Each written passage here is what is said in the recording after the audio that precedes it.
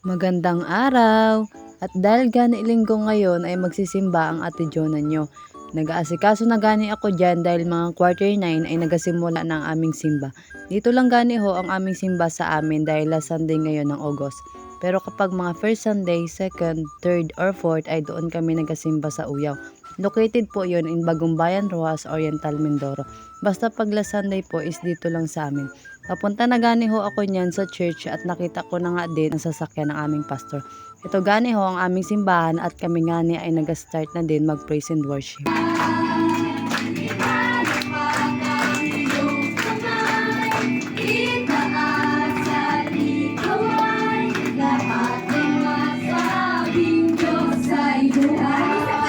Gimbidyohan ko gani ang mga batang ito dahil nakakatawa po silang tingnan.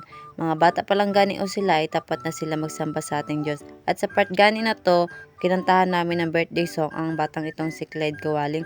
Mabait, masipag, matalino at tapat din tong batang to lalo na pagdating sa church.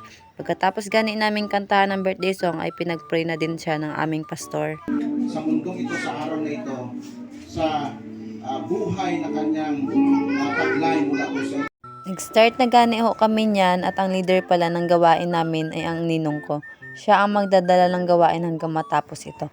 Kakanta ho gani kami niyan ng aming first hymn.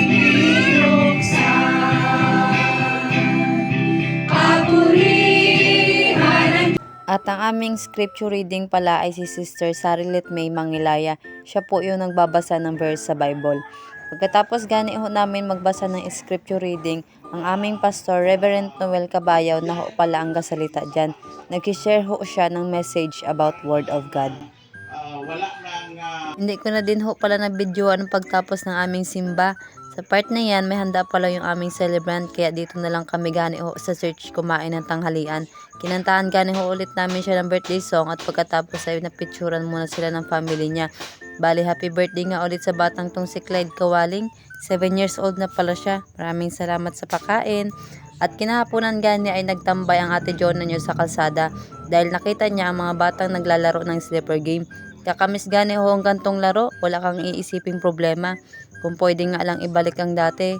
Uy, wag na. Pass is pass, never been back. If you come back, welcome back. Uy, charot. Ihaya ko gani ang asawa ng kuya ko niyan papuntang labasan dahil wala po kaming maisip na maiulam sa hapunan ay bumili na lang ho kami ng barbecue. At nakasalubong pa gani ho namin dyan ang aking kuya na galing sa trabaho. Pauwi na din ho siya niyan. So ayun, andito na din kami sa barbecuehan. Ang binili lang ho pala namin is 4 na isaw, 6 na dugo at 10 laman. Pinaihaw na din namin ito. Shoutout nga pala dito sa tag-iihaw kay Mariel Fernandez.